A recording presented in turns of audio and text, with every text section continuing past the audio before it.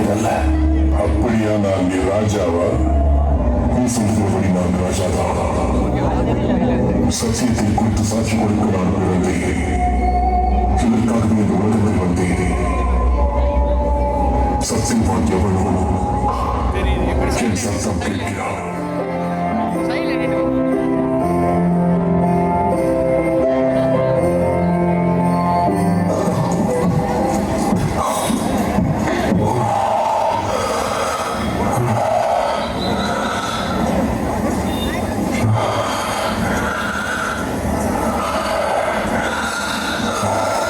முடிந்தது.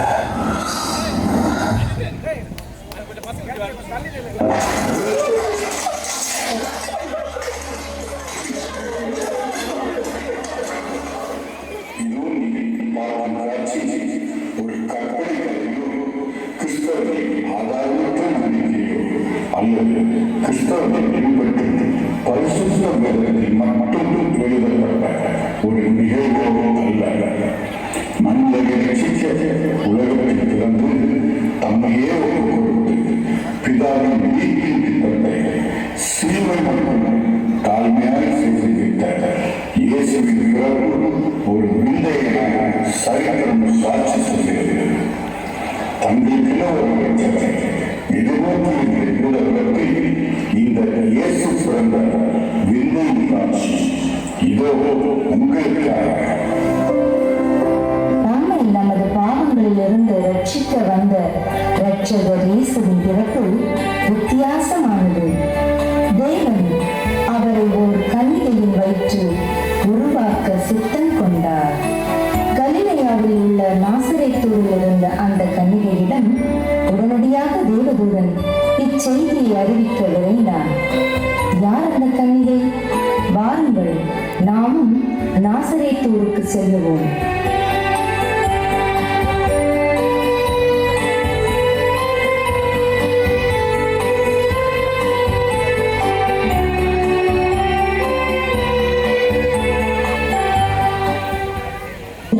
நாட்கள் வரும் என்று கர்த்தர் சொல்கிறார். அப்பொழுது தாவீதுக்கு ஒரு நீதி விளக்கிலேயே எழும்ப பண்ணுவேன். அவர் ராஜாவாய் இருந்து ஞானமாய் ராஜரீகம் பண்ணி பூமியிலே நியாயத்தையும் நீதியையும் நடத்திப்பார். அவர் நாட்களில் யூதா ரட்சிக்கப்படும், இஸ்ரவேல் சுகமாய் வாசம் பண்ணும். அவர்களிடம் நாமும் நமது நீதியாய் இருக்கிற கர்த்தர் என்பதே. இந்த ரோமர்களின் அடிமைத்தனத்தினின்று ஒரு விடுவு காலம் பிறக்காதா? என் ஜனங்கள் எவ்வளவாய் துன்பப்படுகிறார்கள். இஸ்ரவேலை ஆளும் பிரபு உன்னிலிருந்து தோன்றுவார் என தீர்க்க சொல்லியிருக்கிறாரே. இந்த தலைமுறையிலாவது மேசியா பிறக்க மாட்டாரா? மேசியா என் வயிற்றில் தோன்றினால் எவ்வளவு பாக்கியம்.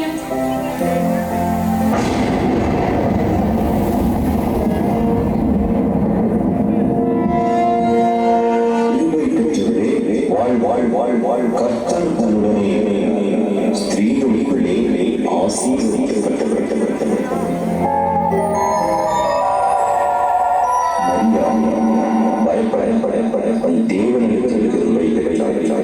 இதோ நீ கற்பவதியாகி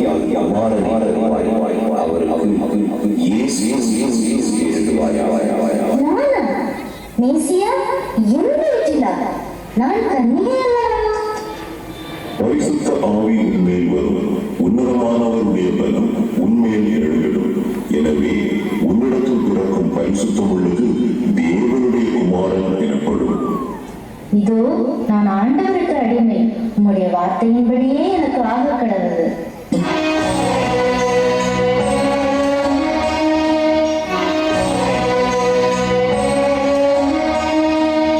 தனக்கு திருமணத்திற்காக நியமிக்கப்பட்ட மரியாள் கர்ப்பவதியாய் இருப்பதை கேள்விப்பட்ட யோசேப்பு என்ன செய்தான் என்பதை காண்போமா?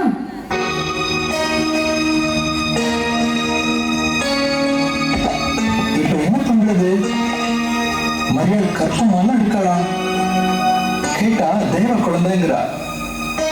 நம்ம ஜனங்களுக்கு தெரிஞ்சா நம்ம என்ன நினைப்பாங்க? மரியாளும் பாவம், ரொம்ப நல்ல பெண், அவளை கஷ்டப்படுத்தவும் விரும்பல. வேணும்னா ஒண்ணு செய்யலாம். இப்ப கல்யாணம் முடிக்க விரும்பலன்னு தட்டி கழிக்கலாம். அதுதான் சரி.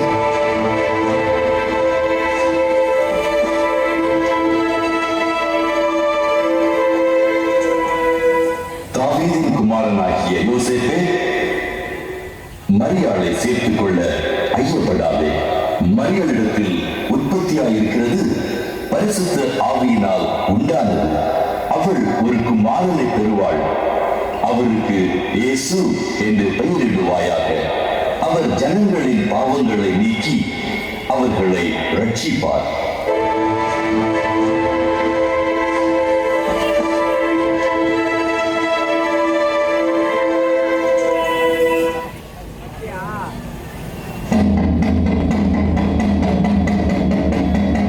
இதனால் சகல ஜனங்களுக்கும் அறிவிப்பது என்னவென்றால், உலகமெங்கும் உள்ள ஜனங்களின் கணக்கு பார்க்கும் பணி நடக்க இருப்பதால் மக்கள் தங்கள் தங்கள் சொந்த ஊர்களுக்கு உடனடியாக செல்ல வேண்டும்.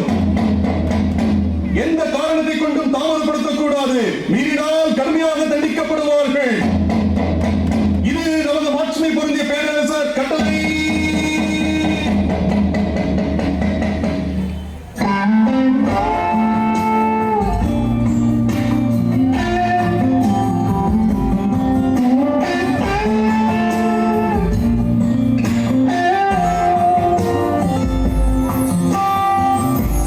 ஐயா, நீங்க தங்குறதுக்கு எதுவும் சத்திரம் உண்டா ஐயா?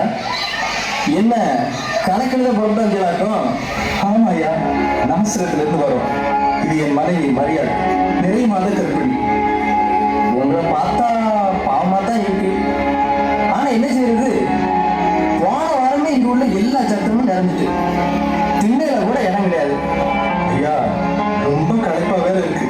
நானாவது பரவாயில்ல, என் மனைவி ரொம்ப சோர்வா இருக்கா. கொஞ்சம் இருங்க, இந்த பக்கத்து சத்திரத்து ஆள் வாரான், அவன்கிட்ட கேட்போம். யோ சத்திரக்காரர, இவங்க 2 பேரும் நாசனத்துல இருந்து வந்திருக்காங்க.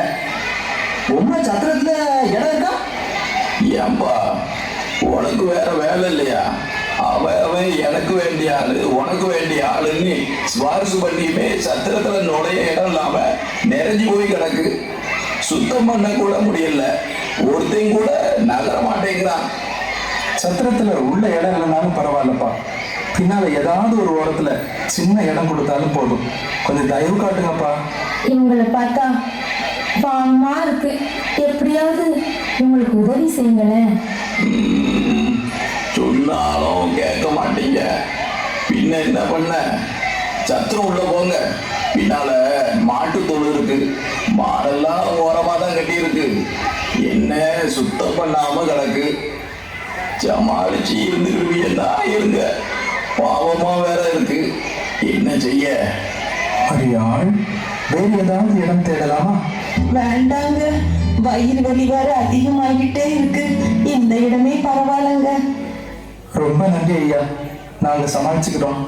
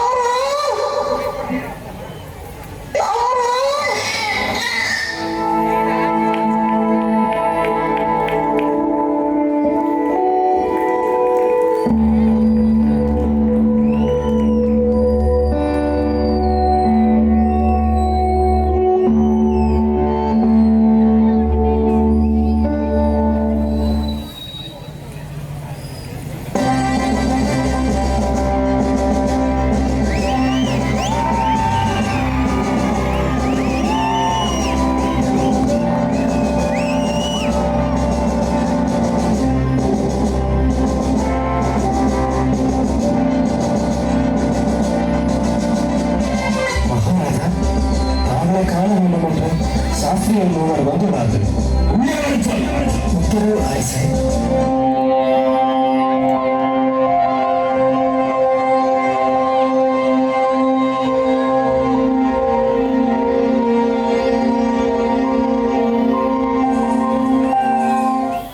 ராஜாவே, நீ வாழ்க. நல்லது. யார் நீங்கள்? எங்கிருந்து வருகின்றீர்கள்? என்ன காரியமாக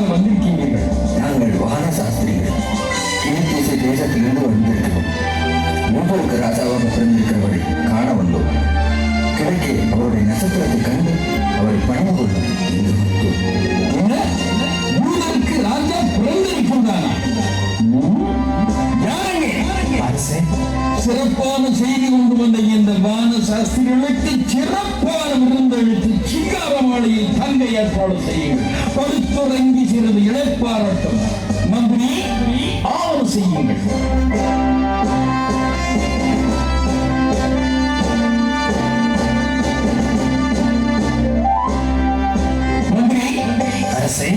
கேட்டீரா ஒரு புதிரான செய்தியை?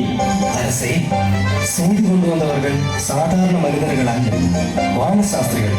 அவர்களுடைய கணிப்பு தப்பாது. அவர்களுடைய கணக்கு தப்பாது என்றால் அரண்மனையில் பிள்ளையை பிறக்கவில்லையே.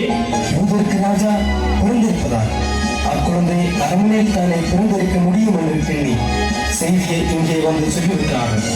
அப்படி என்றால் வானசாஸ்திரிகள் சொன்னது முற்றிலும் உண்மையாகத்தான் இருக்கும்.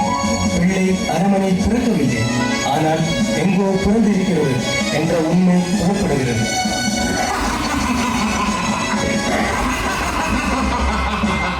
என்ன? இந்த 7வது ராஜாவுக்கு எதிராக இன்னொரு ராஜா பிறந்திருக்கின்றாரா? பிறக்கவில்லை, விடுதலைக்க முடியாது, பிறக்கவும் கூடாது. அப்படியே பிறந்திருந்தால் அவரை உயிரோடு விட்டு வைக்கக்கூடாது. அரசை, நம் நாட்டில் உள்ள வேதபாரகர் ஆசாரியர்கள் அனைவரையும் உடனே வரச் சொல்லுங்கள். நல்லதுன்னா உடனே ஏற்பாடு செய்கிறேன்.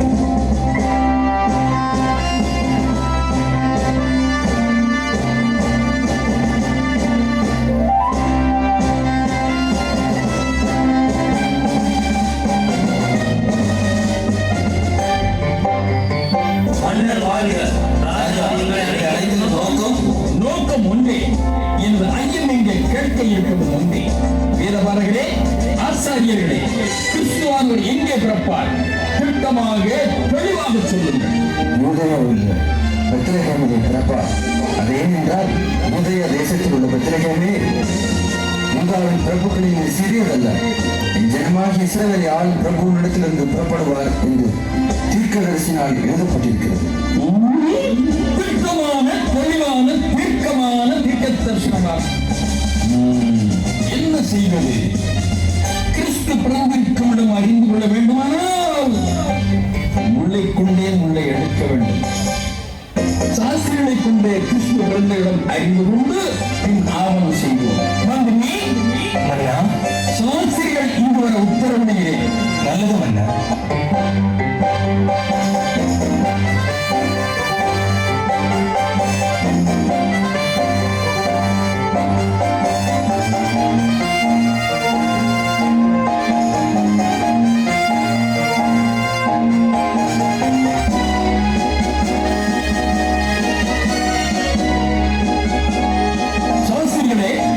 நீங்கள் சென்று கிறிஸ்து பிறந்திருக்கிடம் அறிந்து எனக்கு தெரிவியுங்கள். நானும் சென்று கிறிஸ்து என்னும் குழந்தையை கண்டு பணிந்து கொள்கிறேன். சென்று வாருங்கள், மறந்து விடாதீர்கள். நீங்கள் சென்று கண்டு மீண்டும் என்னிடம் வந்து சொல்லிவிட்டு செல்லுங்கள். செல்லுங்கள்.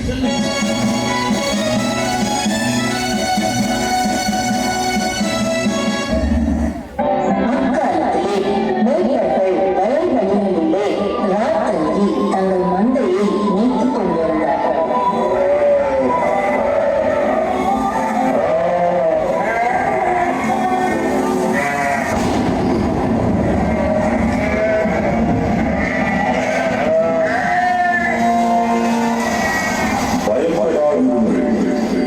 இதோ எல்லா ஜனத்திற்கும் மிகுந்த சந்தோஷத்தை உண்டாகும் நற்செய்தியை உங்களுக்கு அறிவிக்கிறேன். இன்று கர்த்தராகிய கிறிஸ்து என்னும் இரட்சகர் உங்களுக்கு தாவீதின் ஊரிலே பிறந்திருக்கிறார். பிள்ளையை துணிகளில் சுற்றி முன்னணியில் கிடத்தியிருக்க காண்பீர்கள். இதுவே உங்களுக்கு அடையாளம். நாமும் உடனே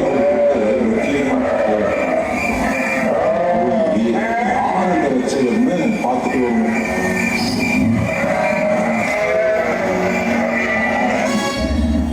எல்லோரும் பெத்லகேம் நோக்கி செல்கின்றனர். வாருங்கள், நாமும் அவர்களுடன் சென்று அந்த பாலகனை தரிசிப்போம்.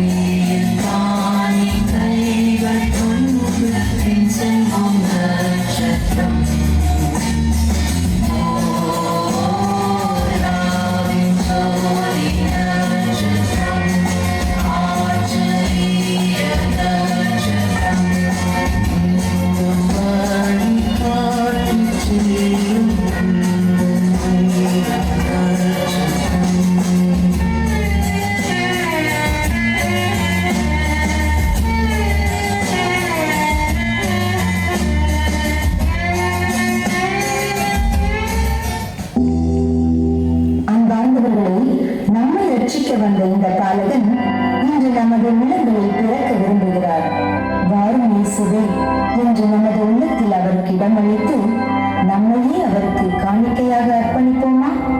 அதுவே அவர் விரும்பும் காணிக்கை.